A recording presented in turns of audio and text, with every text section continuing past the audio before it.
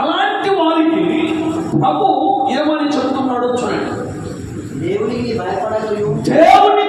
భయపడకయు మనుషులను లక్ష్య పెట్టకయు నుండు ఒక న్యాయాధిపతి ఒక పట్టణములో ఉండెను. ఆ పట్టణములో ఒక విధవరాలు ఉండెను. ఆమె అతని యొద్దకు ఎలా వస్తుందంట? తరచుగా అంటే ప్రతిసారి మళ్ళీ ఒక పట్టణం ఉందంట. ఆ పట్టణంలో ఒక న్యాయాధిపతి ఉన్నాడంట. ఆ పట్టణంలో ఒక విధవరాలు ఉందంట. ఈ విధవరాలంట ఈ న్యాయాధిపతి దగ్గరకు వస్తూ ఉంది. ఎందుకు వస్తుంది? నాకును ప్రతివాడికి ఆ చదవడం మాట అక్కడున్నమాట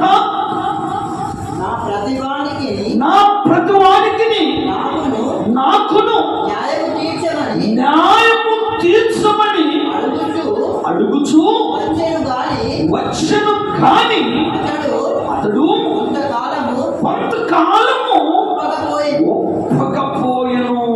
స్తోత్రం చెప్తామా? ఈ విధవరాలు న్యాయాధిపతి దగ్గరకు వస్తుంది.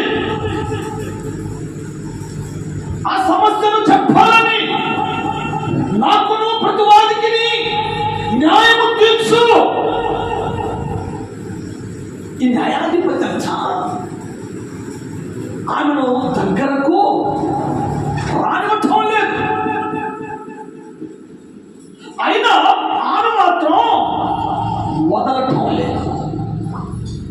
న్యాయాధిపతి దగ్గరకు తరచు సమయం ఇవ్వకపోయినా, అవమానపరిచినా, నిరుత్సాహపరిచినా ఆమె మాత్రము నిరాశ చెందలేదు. ఆమె మాత్రం అలసిపోలేదు. ఆమె పట్టిన పట్టు తరచుగా వస్తూ ఉన్నంత, మళ్ళీ వస్తూ ఉన్నంత. ఒక రోజంతా న్యాయాధిపతికి ఒక ఆలోచన వచ్చింది. అరే, ఒక విధవరాలు తరచుగా వస్తుంది, ఆమెకు నేను న్యాయము తీర్చాలి అని తన మనస్సులో